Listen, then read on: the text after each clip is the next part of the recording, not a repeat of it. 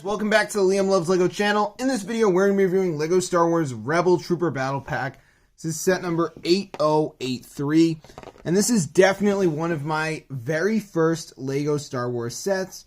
It's super awesome, and I'm going to show you guys all around the set. Now, I do want to figure out when this was released, but I'm trying to find the brick set thing. All right, I found it. So I'm going to show you guys all around the set. So this set was released January 1st of 2010 and was around until December 31st of 2011 and originally retailed for $11. I know this set's gone up in price quite a bit. So we're going to look at the minifigures here and the little tank that they give you. Now this set was supposed to battle against an Imperial Hoth Troopers battle pack. I did not get that set, but I did get this one. And funny thing is, I had a lot of Lego sets a few years ago that were destroyed, and I basically put all of them back together. And this one I couldn't put together because I was missing a tan piece I will show you in a minute. And I actually ordered this piece from Lego. You can contact them and get specific pieces. And then once I built the set, I went through a bin and discovered I had the tan piece that I was missing. So I actually hadn't lost it. Might as well just get that over with right now. So down in there, you actually, I don't know where it is. It must be underneath the box. But first, let's look at the minifigures. So this guy is Zev Seneska, and I remember his name off the top of my head. This was an X-Wing pilot, at least I think, because he has the X-Wing orange outfit. These older 2012 style torso for the X-Wing pilot, no leg detail.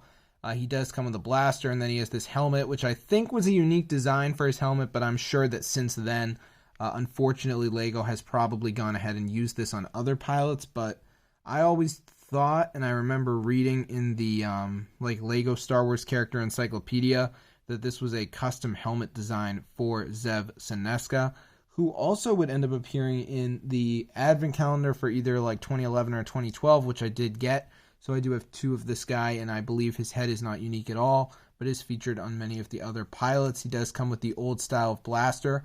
I assume they all came with these blasters. For all I know, I put them in their hands. I don't know. But I didn't buy this set recently. I've had this for quite a while. And it's one of my first Star Wars sets that I got. My first Lego Star Wars thing was an Obi-Wan Kenobi brick-built watch.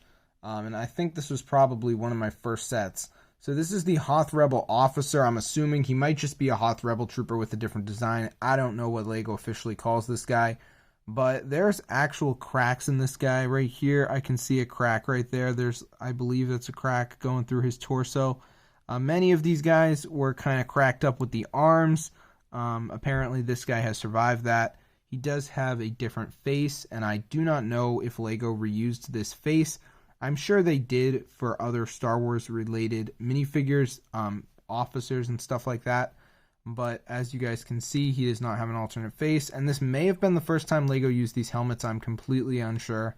But he's a pretty cool minifigure. I'm not someone who cares much about the battle packs these days unless they're giving you something like those red stormtroopers, which are really cool. But for the time, I was pretty hyped about these minifigures. And they are kind of dusty. But these are the Hoth Rebel Troopers themselves. This guy does come with a gun, but it's on the speeder, I'm assuming. That is his gun. And here's his torso detail. This is the other guy, so they're pretty much identical. This camera's having a lot of trouble focusing right now. He has a bigger rifle. I'm assuming Lego gave him this rifle. I might have just put it on him. They do have the same face, though, which was a face I really liked because I made a, what's his name? Star Killer back in the day from Force Unleashed, and they used this head for him. So I was like, well, I got the head from my Hoth Rebel Troopers battle pack.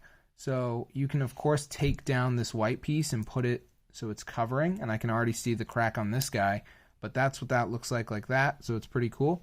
And as you can see, this guy's completely cracked. I don't even know how this is possible, like how it can happen. That's just dust or paint, or like maybe I drew on the figure back in the day, but that is a crack, and it's kind of unfortunate.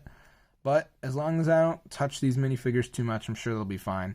He does have the pack on the back, which is featured on all three of them. Kind of an old-looking piece. I don't know if Lego's still using those. They're fine, so they probably are. But now let's take a look at the speeder, which can fit all the minifigures on it. This is not really a speeder. It is more of a tank. I don't know what the scale of this is supposed to be because it's pretty small, but it's pretty cool. So this does feature a little turret that goes across. We got the two flick fire missiles. You know the drill with those. There's a blaster. There's a clip for the blaster right there. How did I fit that in? I think that might not be intentional. I think I might just put that in. I think I might have been missing some of these as well when I tried to build this set originally. I might have ordered those. And it does also have this little red dot here. And then in there you can see the swivel piece, the black piece they use for the swivel. Now if you take out the box, which as far as I know didn't have anything in it, you can see the tan piece under there that I was talking about that I couldn't find. Now really that doesn't matter. I could have built the set without that. But I ordered the piece and eventually I did discover I had another piece of it. So there's not much to say about this set, but it's a pretty cool retro battle pack and I really like it. Now let's try and put all the minifigures on this thing. And I'm thinking of a better way to do it, but I think I can actually accomplish that like this. So let me just see. I'm just going to put this guy's arms up. I do not care if he can't control it. All right, so he's in there. He looks crushed, so let's push him back a bit. Oh, does that disconnect him? No. All right, I'm going to put the guy with the rifle on the back, but I realize now that he won't fit. So if you put someone here, you could absolutely fit two guys. So if I put him here, but then he just looks kind of... Actually, he can aim down the gun. He looks fine like that. And then I can fit his buddy on the back, but they don't really fit together too well. Unfortunately, they're just kind of hanging off. So I'll put this guy on here like this. And I could have him sitting down, but I think it's probably more appropriate that he actually stands up.